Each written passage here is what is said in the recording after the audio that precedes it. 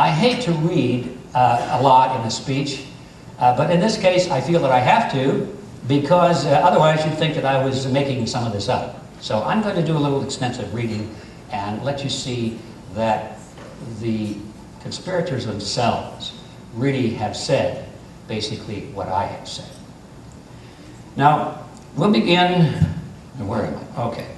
We'll begin in Tragedy and Hope by Carroll Quigley. And he says this.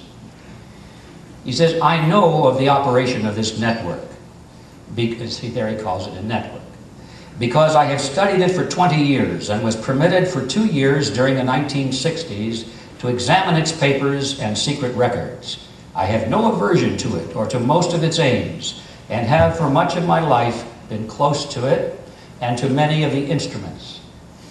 In general, my chief difference of opinion is that it wishes to remain unknown. Now, in the Anglo-American establishment, Quigley says this: the Rhodes Scholarship established by the terms of Cecil Rhodes' seventh will are known to everyone. What is not so widely known is that Rhodes, in 5 previous wills, left his fortune to form a secret society which was to devote itself to the preservation and expansion of the British Empire. And what does not seem to be known to anyone is that this secret society continues to exist to this day. To be sure, it is not a childish thing like the Ku Klux Klan, and it does not have any secret robes, secret handclasps, or secret passwords. It does not need any of these, since its members know each other intimately. It probably has no oaths of secrecy, nor any formal procedure of initiation. It does, however, exist and hold secret meetings. This group, as I shall show, is one of the most important historical facts of the 20th century. Now, one of the original leaders of this group, one of the organizers, was a fellow by the name of William Stead. Now, William Stead was so important that he was the executor of Cecil Rhodes' will. So he should know what he's talking about. And he wrote a book entitled The Last Will and Testament of C.J. Rhodes. And in that book, William Stead said this: Mr. Rhodes was more than the founder of a dynasty. He aspired to be the creator of one of those vast, semi-religious, quasi-political associations which, like the Society of Jesus, have played so large a part in the history of the world. To be more strictly accurate, he wished to found an order as the instrument of the will of the dynasty. So you see, they're looking at this like an order. It's not just a group or an organization, it's an order, like the Knights Templar or something like that. It's a chivalric order. In Cecil Rhodes' handwritten manuscript, this was not published until fairly recently, we find this coming directly from Cecil Rhodes' own pen. He said, I contend that we English are the finest race in the world, and that, I don't know what to do about this. Stop reading, I guess. He says, I contend that we English are the finest race in the world, and that the more of the world we inhabit, the better it is for the human race. What scheme could we think of to forward this object? I look into history, and I read the story of the Jesuits. I see what they were able to do in a bad cause, and I might say, under bad leaders. In the present day, I became a member of the Masonic order. I see the wealth and power they possess, the influence they hold, and I think over their ceremonies, and I wonder that a large body of men can devote themselves to what at times appear to be the most ridiculous and absurd rites, without an object and without an end. The idea, gleaming and dancing before one's eyes, like a will-o'-the-wisp, at last frames itself into a plan. Why should we not form a secret society, but with one object, the furtherance of the British Empire and the bringing of the whole uncivilized world under British rule? So there you have it from the mind of the founder. Back to Quigley. In his own words, he says that the goal of the secret society was, quote, nothing less than to create a world system of financial control in private hands, able to dominate the political system of each country and the economy of the world as a whole. The system was to be controlled in a feudalist fashion by the central banks of the world, acting in concert by secret agreements arrived at in frequent private meetings and conferences.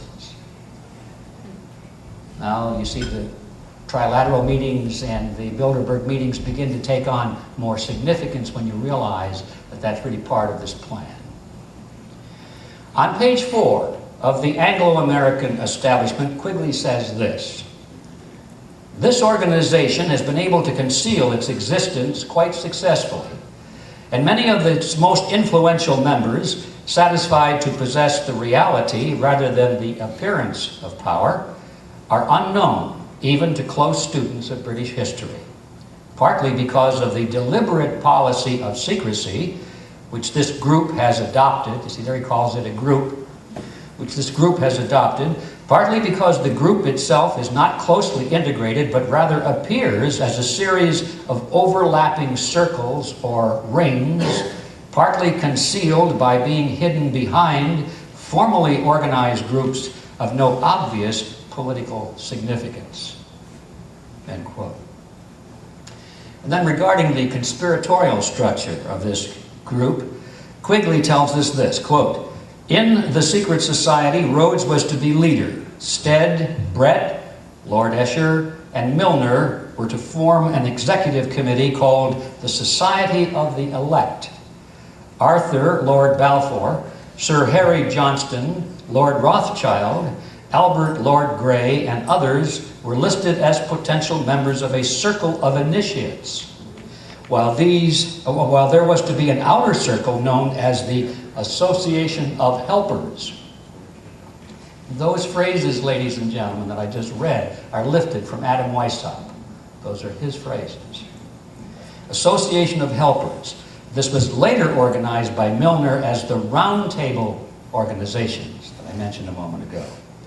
After the death of Cecil Rhodes, the organization fell under the control of Lord Alfred Milner, who recruited young men from the upper class of society to become part of the Association of Helpers, which, as I mentioned, became later known as the Round Tables. Now, this group of young men, recruited from the higher levels of British society, were unofficially called, at that time, Milner's Kindergarten. Of course, they were young men. They were coming up in politics and in banking, and they came from the finest families.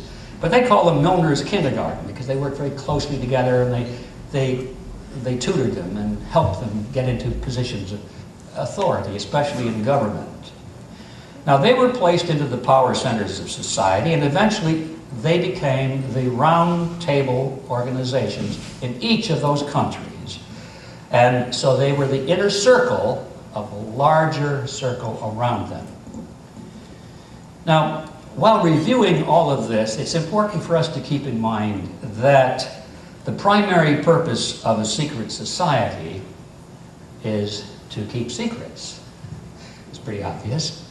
But that means that one of their major objectives is deceit. You have to be deceitful if you're going to keep secrets, even if you simply say, "I don't know," which Hillary Clinton, I was just informed, who probably attended the last Bilderberg meeting, but when they asked her on camera, did she attend the Bilderberg meeting, she said, "I don't know anything about that." And I guess the reporter said, "Well, your husband attended the last one," and she said, "Oh, he did? I don't know anything about it." See?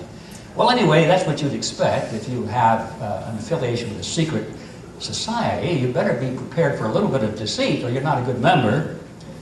Now, to the gullible public, these people deny their plans and their goals, obviously, because the public, for the large part, would not necessarily understand them in an approving way. So, they lie a lot, but when they speak to themselves in their own private papers and before conclaves which are expected to remain confidential, they often tell the whole unvarnished truth. And every once in a while, if you're researching all of their papers, you'll find a little gem, which I'm going to, like the one I'm going to read to you now. This one was written by one of Milner's kindergarten. His name, you'll recognize, Arnold Toynbee. He's a renowned historian. He was a professor at the London School of Economics. He was a director of studies at the Royal Institute of International Affairs, which was a front for the Round Table.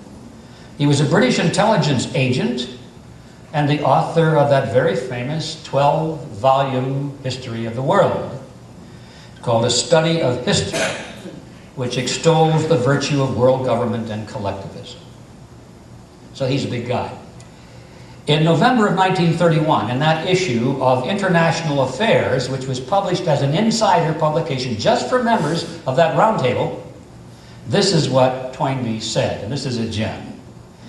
He said, I will hereby repeat that we are at present working discreetly, but with all our might, to wrest this mysterious political force called sovereignty out of the clutches of the local national states of the world. And all the time we are denying with our lips what we are doing with our hands.